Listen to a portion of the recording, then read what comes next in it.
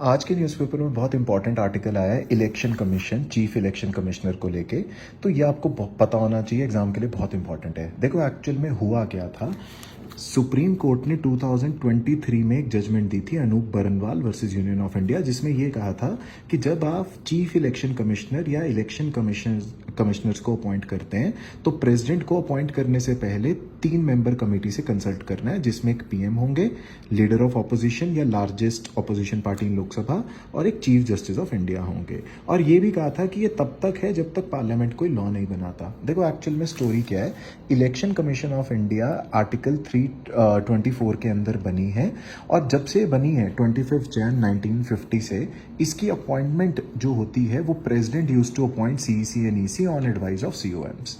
तो कोई committee consult नहीं करते थे, प्रेसिडेंट सेंट्रल गवर्नमेंट के एडवाइस पे इन लोगों को अपॉइंट करते थे, इलेक्शन कमिश्नर भी और सीईसीज को भी।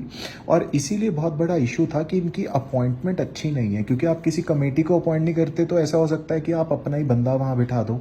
कोई क्वालिफिकेशन नहीं लिखी थी कॉन्स्टिट्यूशन में कहीं। अच्छा, इलेक्शन कमिश्नर्स को प्रेसिडेंट सीईसी के कहने पे हटा सकते थे। इनका एक्सपेंडिचर चार्ज भी नहीं है। चार्ज से हमारा क्या मतलब है, कम किया जा सकता है इनके टेन्योर के दौरान। देखो एक तो ये डायग्राम बहुत इंपॉर्टेंट है, इसकी फोटो ले लेना, वेरी इंपॉर्टेंट नोट्स। तो इस अपॉइंटमेंट वाली प्रॉब्लम को हटाने के लिए ये जजमेंट आई थी 2023 की। अब देखो इस आर्टिकल में क्लियरली बताया गया कि अनूप बरनवाल केस में जब आपने कहा था कि चीफ जस्टिस को रखो, अब सुप्रीम कोर्ट का डिसीजन लॉ बदल के बदला जा सकता है। तो जब ये वाली जजमेंट आई तो पार्लियामेंट ने एक लॉ पास किया, सीईसी एंड ईसी एक्ट 2025, और उसने इस कमेटी को चेंज करके कह दिया कि पीएम होंगे, लीडर ऑफ ऑपोजिशन होंगे, और एक यूनियन कैबिनेट मिनिस्टर होगा। तो सीजीआई को हटा दिया और यूनियन कैबिनेट मिनिस्टर ले आए। इन्होंने क्वालिफिकेशन भी पहली बार बताई कि सेक्रेटरी और हैज बीन सेक्रेटरी, मतलब XIS। तो ये जो कमेटी चेंज करी गई थी, इस पे केस हुआ कि आपने चीफ जस्टिस को हटा के बहुत गलत कर दिया है।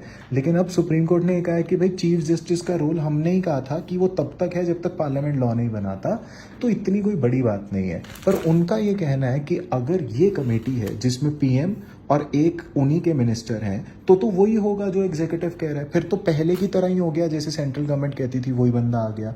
तो इसीलिए उन्होंने ये भी कहा, देखो एक अजीब सा वर्ड भी उन्होंने यूज किया कि ये जो लोग हैं ये तो प्राइम मिनिस्टर्स बेबी और प्राइम मिनिस्टर्स मैन हो जाते हैं। तो कि इलेक्शन कमीशन ऑफ इंडिया में जो सीईसी और ईसी हैं, क्योंकि गवर्नमेंट के कहने पे ही आते हैं, तो वो तो ऐसे हो जाएंगे। तो अब देखिए ये आर्ग्यूमेंट अभी चल रहा है कोर्ट के अंदर, ये आप स्क्रीनशॉट ले लें, बहुत इंपॉर्टेंट है। आप बस मेरे को एक चीज़ कमेंट में बता दें कि क्या इलेक्शन कमीशन हमेशा से ही मल्टी मेंबर बॉडी था? क्या हमेशा से ही उसमें 3 लोग थे? Just do let me know in comments. Thank you, all the best.